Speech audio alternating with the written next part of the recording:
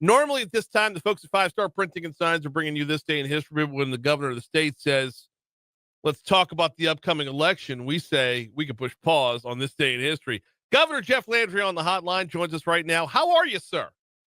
I'm great. I'm looking forward to when you do This Day in History and we show how Louisiana has moved into a brand new chapter, doing great things. How about that? I think I unintentionally put that one on a tee for you, sir. That was. We got a lot to talk about with Amendment 2, and we'll get to some of the other amendments if time allows. But I want to start with, I was having a conversation with State Representative Julie Emerson last hour, and she was talking about how when talk was going through the state capitol about the possibility of a constitutional convention, it looked like the votes weren't there, so she got to work on this instead. And I feel like it needs to be addressed. Amendment 2 does not table the conversation for a constitutional convention. It buys us time to get our books right. Exactly. And look, here's let's kind of walk everybody back for just, take 1 minute and try to get everybody back to time. I think that last year we were moving extremely fast. Yeah. And there was a lot of anxiety inside the Capitol, especially on the Senate side, about the speed under which we were moving. Now, I think if Donald Trump would have gotten elected a year before, they'd have thought we were going slow, and maybe the attitude would have been a little different.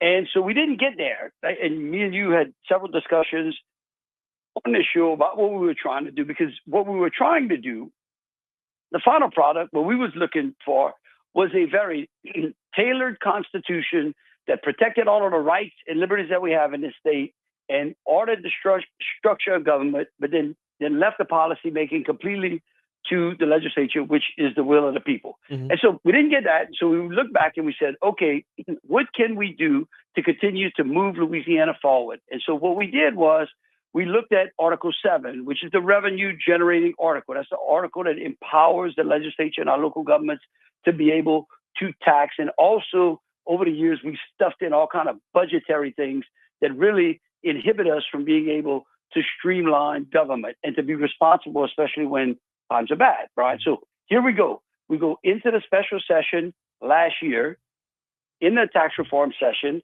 And as usual, we recognize the only way to make sweeping changes is to be able to get into the Constitution. So what is on the ballot in Amendment 2 is 30% of the work that we were trying to do. 30%? 30% of what we were trying to do in the constitutional rewrite is packaged right now in Amendment 2. So that means we got 70% left that we got to go after. Right. So within that 30%, what's the makeup there, and how does it get from point A to point B? Great question. So let's walk through what that 30% entails. A yes vote today, because early voting is going on now through March 22nd. The election is March 29th. Here's what it does. It gives everybody listening a reduction in income tax. It is the largest income tax cut in the history of this state. It goes to a flat 3%. And then it gives us, the way that the amendment is tailored, gives the legislature the ability and the flexibility to further drive the income tax rate down. And that is one of the goals that we want. We want to be able to virtually eliminate the income tax in the state of Louisiana. Remove the word virtually from that. I mean, we want to remove. Virtually. Yeah, we don't want to virtually eliminate the income tax. We want to eliminate the income tax. I love it. You are exactly right. Keep me on track. Yeah. So what we want to do is we want to eliminate the income tax in this state. And this gives us a off-ramp to be able to do that in a very responsible budgetary manner. Mm-hmm. It gives the state flexibility to increase funding for infrastructure, which I know is important to everyone listening out there because they're probably stuck in traffic, right? Yes. It gives our teachers a permanent pay raise. It quits the political football that our teachers and support staff have been engaged in. And this has been going on for 30, 40 years. Right. And we do it in a way that people can smile and be proud of, because we do it by reducing the interest rate payments that are going to Wall Street banks to the tune of $300 million a year. And we do it by paying down some debt using some of the accounts that are locked up in the Constitution that were designed for education, okay, and have not been used. They just not been used. And so what we do is we take the $300 million interest payments and we give that to our teachers. Does that. So there's a permanent pay raise for teachers in the amendment. It doubles the deduction for our senior citizens over 65, because we've seen so many people got great paying jobs here in Louisiana, especially in the Baton Rouge metropolitan area, to get a good retirement. And like, I don't want to pay this income tax anymore. I'm moving to Florida or to Texas. Mm-hmm. This allows them to keep more of their hard-earned money in retirement. It creates a limit on government growth, on spending. Okay? It preserves the homestead and religious exemptions that are currently in the Constitution. A yes vote on Amendment 2 will ensure that any religious organization out there is just as protected after the amendment passes as it is today. That's important to note. And then finally, it paves the way for us to work with our local governments to continue to eliminate things like the inventory tax, which really is a barrier of entry to many businesses. And so let's look at what this does. Let's look at the momentum that we have in this state right now. Mm-hmm.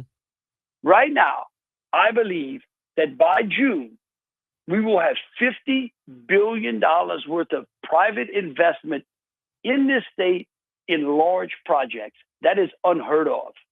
In fact, after we went through all the things we did last year, it was one of the reasons that Meta chose us, went up to North Louisiana, and announced a $10 billion AI center, which is going to be the largest AI center in the world for Meta. I don't believe the price tag will stop at 10. I think it'll go up. They've got plenty of room to expand. We went down to Plaquemines Parish just 2 weeks ago, under which they announced an additional $18 billion expansion down there. I'm on the verge of a couple of other big announcements that we're going to have. And what I like about all of these projects is they're scattered around the state. And there's one, a huge one that's coming to the capital area as well. That kind of momentum only continues if the people in the state recognize the work that they sent us to do, and then they support that. So if they like that, then we need a yes vote. And what that does is, and we talked about this on the show the last time, Brian, we talked about the tax foundation score, right? Because there is a clear difference between the average salaried income, the average median income of families in states that are in the top 10 versus the states that are in the bottom 10. And right now we got an opportunity. We moved ourselves from 42 to 25. And the only way we can drive it even further is to be able to pass this amendment. We've got Governor Jeff Landry with us talking about Amendment 2 on your ballot on March 29th, or actually it's on your ballot right now if you take part in early voting. Governor, one of my favorite quotes of all time is by Mark Twain. He says, "A lie can get halfway around the world before the truth gets its pants on." It kind of happened with this one when talking about that religious exemption. Walk me through what the religious exemption actually says. First of all, I want to thank you because I've been looking for that quote. Because that's exactly right. I couldn't remember who said it, but thank you. It's Twain. I have to call you more often, Brian. Please. No, that is exactly correct. I mean, look, there are people out there. This is out there today. There are people out there that are either naysayers, believe the glass is always half empty, and will never ever do anything that puts people in the position to be successful. That's okay. That's just the kind of people that are out there. They don't want us to succeed. I'm not like that. And so what happens is exactly that. There was rumor that we had taken it out, but we worked with the largest religious organizations in the state that had the most amount of property in the state to ensure that they wrote the language, because it's the best way to protect that. I mean, I'm the guy who signed putting the 10 Amendments in our schools. I mean, my track record as Attorney General, both Liz Miro and I have done more to protect the First Amendment, to protect religious liberty, just like you just check all of the boxes. And so it really was disappointing when that kind of started making its way out. But like you said, a rumor's like a brush fire. I mean, if you don't control it, it gets way out of whack. Well, no, and look, I don't think there's any ill intent behind it. I think they're just some can get scared, and when you look at the track record that Louisiana has had in our past, I understand. But I mean, moving forward, scared money don't pay. No, that's exactly right. And look, I'm not telling you that the ones who made the questions were the ones that had really ill intent. I think that there are organizations out there that have been trying to fuel the fire, and then people pick up little bits and pieces of what they say, and that's what they do. Is kind of like little embers, and then they get scared, just like you said, and then they start looking and then they question. That's fine. Look, we love when people question, and we've been, as they've come to us, we've been able to answer them. But there is, and here's another important part that I think it's important for voters to understand. The passage of this amendment does not take anything out of law. So anything that's in the Constitution, in that amendment, right, that they may be concerned about, or they may think might affect them, and they may think they don't want it to go away, it doesn't go away. It actually moves into a super statute, a set of laws that you can only amend by a 2/3 vote, which is a high threshold. It's the same concept that we talked about, that we wanted to do in the rewrite of our Constitution. So we're using the same fundamentals with the same safeguards to ensure that we methodically put the policy of this state in a position where we can lead in the South. We got about 2 minutes left with Governor Jeff Landry. Governor, I wanted to touch on the other amendments in this remaining time, but I kind of want to call an audible here and ask you for your little sneak preview of what's to come in the upcoming legislative session. I know a lot is contingent upon March 29th and Amendment 2, but assuming everything goes to plan there, what is top of mind for you in this upcoming session? Well, look, I think the voters out there are really going to appreciate this. The good news is if they go out there and they vote yes on March 29th, they're in early voting right now, which goes on to March 22nd, they are going to clear the way to give us the bandwidth in this next legislative session to deal with real insurance reform, to reorganize the Department of Transportation and Development to make sure that it's streamlined and we start moving our infrastructure projects a lot more quicker. Mm-hmm. Okay. And let's see, we had a couple of others. I was on a roll, and then I was saying, so we're doing insurance reform, we're doing DOTD reform. Oh, and we are going to further work on fiscal responsibility and tweaking the tax policy, because again, once they unlock that amendment for us, we get to further drive our score down in the tax foundation. Okay, so right there, the fiscal responsibility and working on tax reform, that part of it right there is so dependent upon this, because anybody who lived in Louisiana during Bobby Jindal's tenure heard healthcare and higher ed cuts, and we were always hamstrung with what we could do fiscally. To be fiscally responsible, we were always hamstrung with what we could do because we were on lockdown with the way things were built constitutionally. It brings us right back around to Amendment number 2. If we want to unlock those doors, that happens on March 29th. That's correct. It's a great way to put it. That's the key.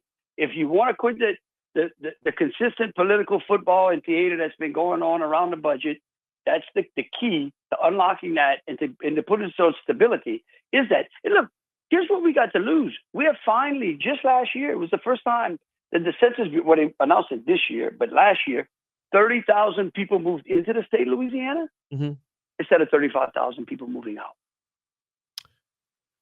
Let's keep that trend going. I want your goal to be getting us a 7th congressional district.